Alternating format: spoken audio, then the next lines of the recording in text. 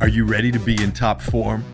You're about to enjoy and be transformed by some killer life and business hacks that we've designed to improve everything from your marketing and management to your fitness, health, lifestyle, and even your travel. You're going to be looking good. Come and get it.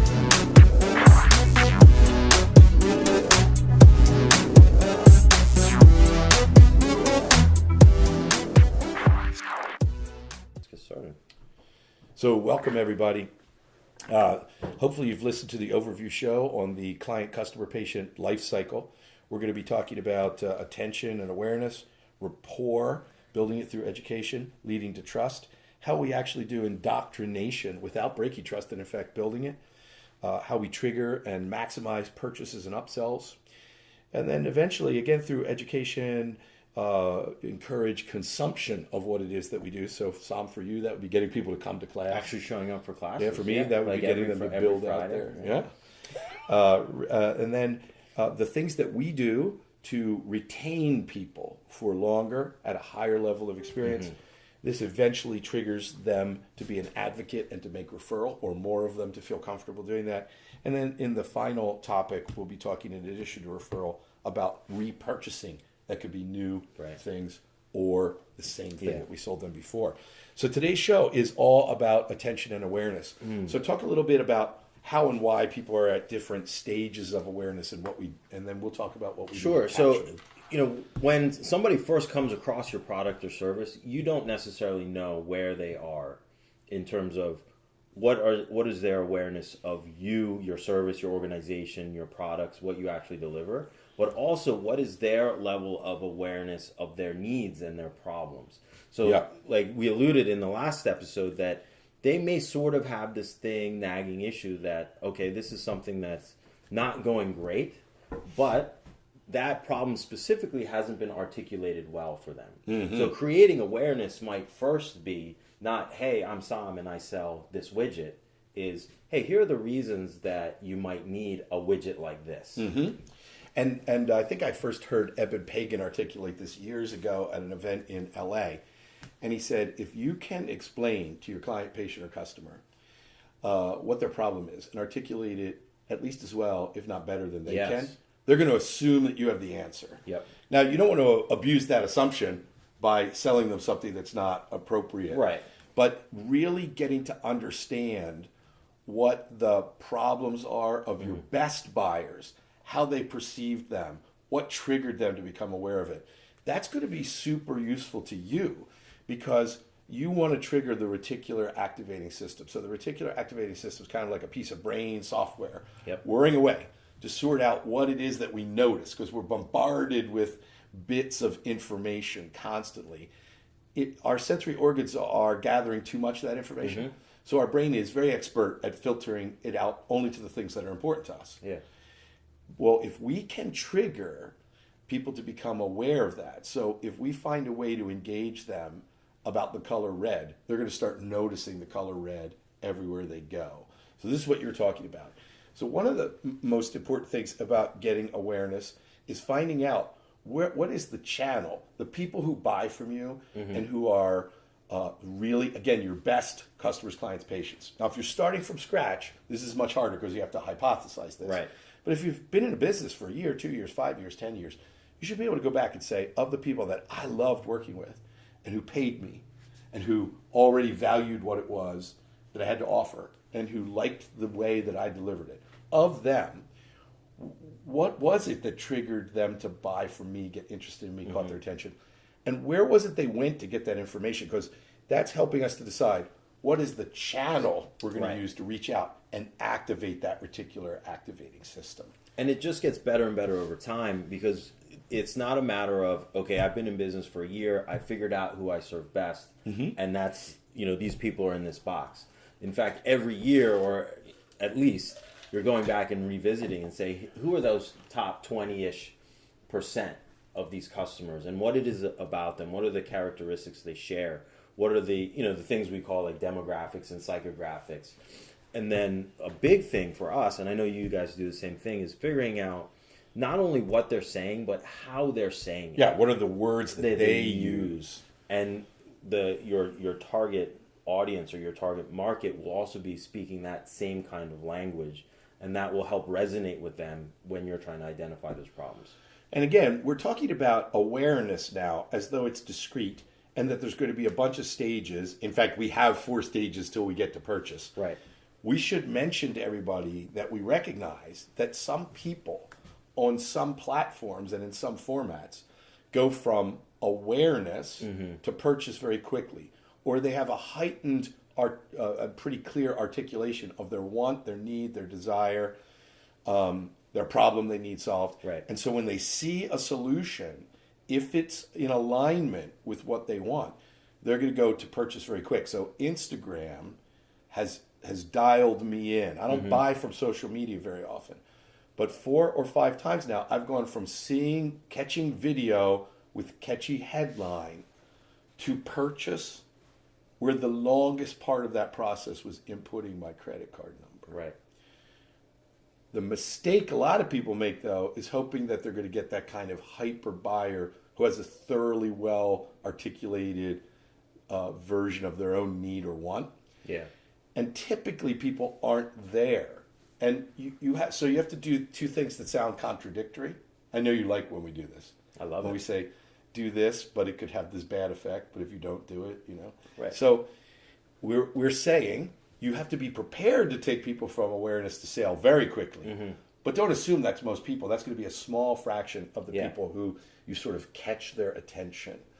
And like I said, that happens faster for some people on some platforms. So somebody could hear me say, I buy all the time on Instagram. Some platforms are going to be more conducive to that fast buy than others. And that may just be that they're a really good match. Right. So we're not saying if your sales cycle is long, go to Instagram, it'll shorten your sales cycle. Right.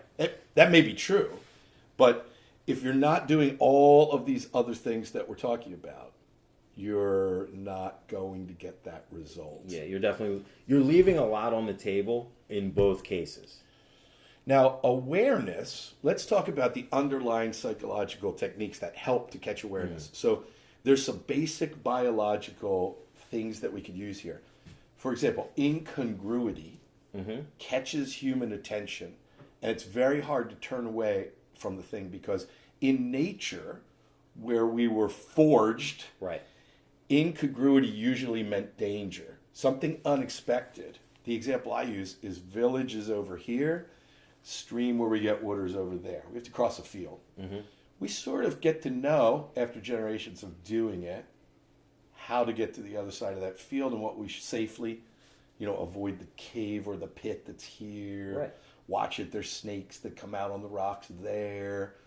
But what if there's a big brown lump on the horizon that could be a bear? It's not usually there. Well, that's going to catch our attention. And so when we're seeking to create awareness, some level of incongruity is often good.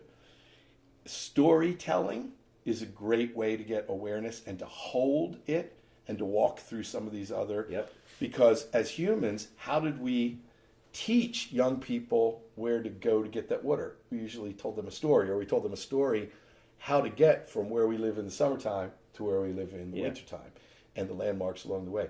So we are pre-programmed as a species to enjoy story. It's how we get the information that keeps us alive, and to generally suppress our suspicions. So story, it's not like we can't hear a story and then go back and say, whoa, wait a second. That seemed like a crazy story. Right. But we are less likely, as the story is told, to be questioning every little piece of it. In fact, humans that do that are very irritating to most of us. Like, you've been to a movie, I'm sure, where somebody is shouting out their disbelief at various points. Right. That can be that person can be irritating and sent from the village forever. So a couple of things about that. So how do you take those basic concepts? Let's talk about how you do it.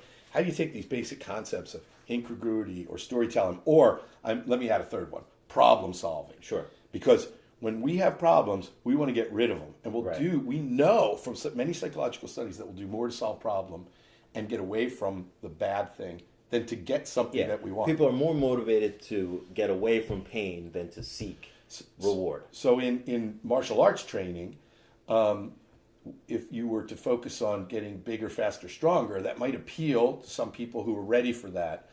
But if you offered this or having their children train as a way of getting away from like a lack of discipline, problems with homework, giving them a framework, that's going to sell better maybe, or at least be worth a test. Definitely. So take us through that, how you take those things, incongruity, problem solving, storytelling, and you get and hold awareness with it. So where we start usually is with some sort of thing that a parent might be afraid of. So for example, it's warming up, you're typically going to these like Malvern fairs or spring fairs or the amusement park or something, right? So there is a little bit of fear. Is this a crowded area? You don't have 100% control. What if you get separated from your child, right? So we start with something that from a martial arts school, like what do you teach your kids if they get lost? What do you do if they get lost?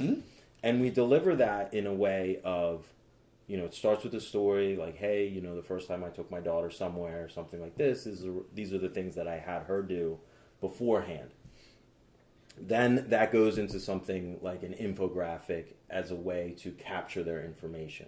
Then from there, we start saying, well, if you like this, then you might appreciate the next piece, which might be something about developing confidence or resilience. But notice, we're starting with an understanding of, and you linked it to something going on in the environment. Right. So it's timely, it's new, and you know that this is universal concern of parents. So some people would say, that's hideous. You're playing on the most basic fear of parents.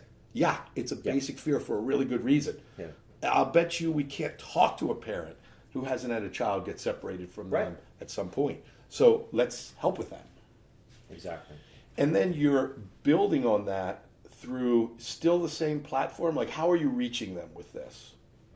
With what channel are you reaching out? With this type of campaign specifically, digital channels, Google, like display network type ads, Facebook, and Instagram, actually.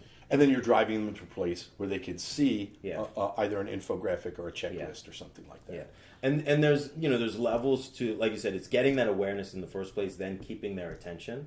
So through technology, we're going to continue following them. So you're going to use retargeting. Retargeting, exactly. So they're going to see you in association with solving a problem or a worry or a concern or a fear they have. Yep.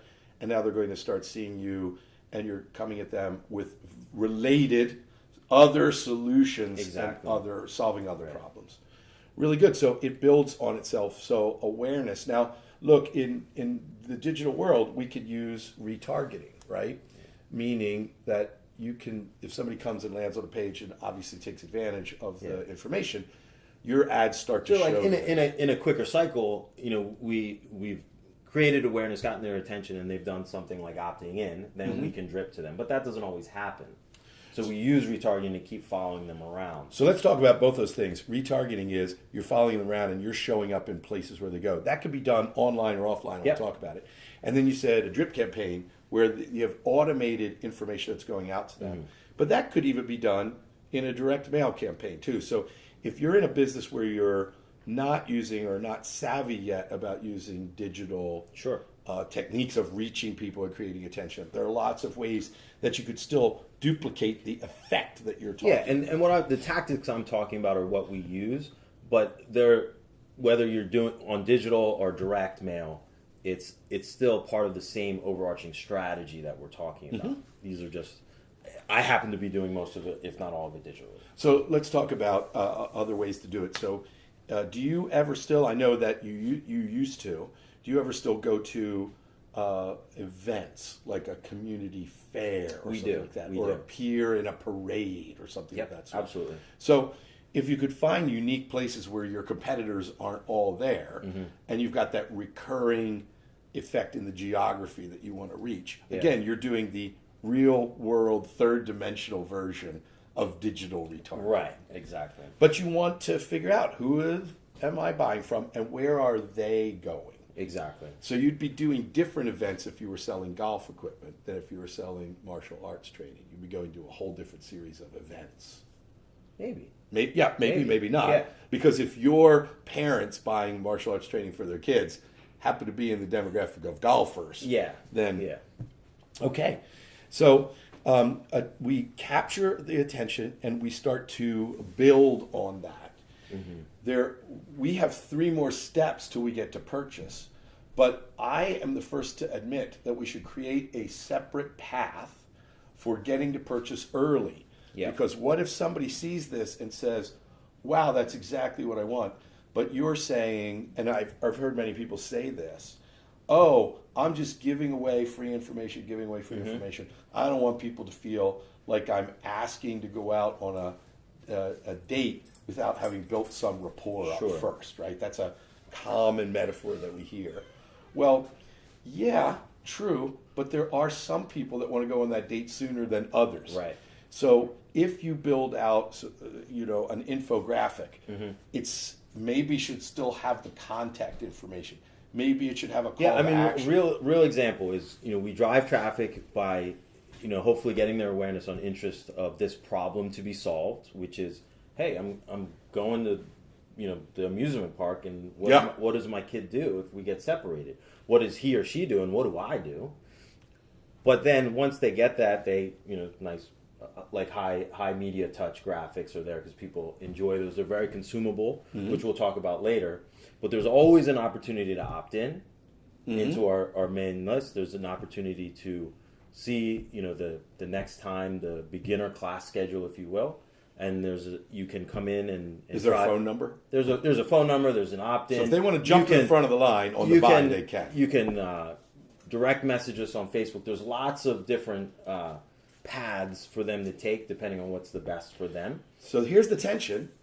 We want to build rapport and not seem to be asking for things too early, but we have to recognize that there's a certain number of people and they may have different paths.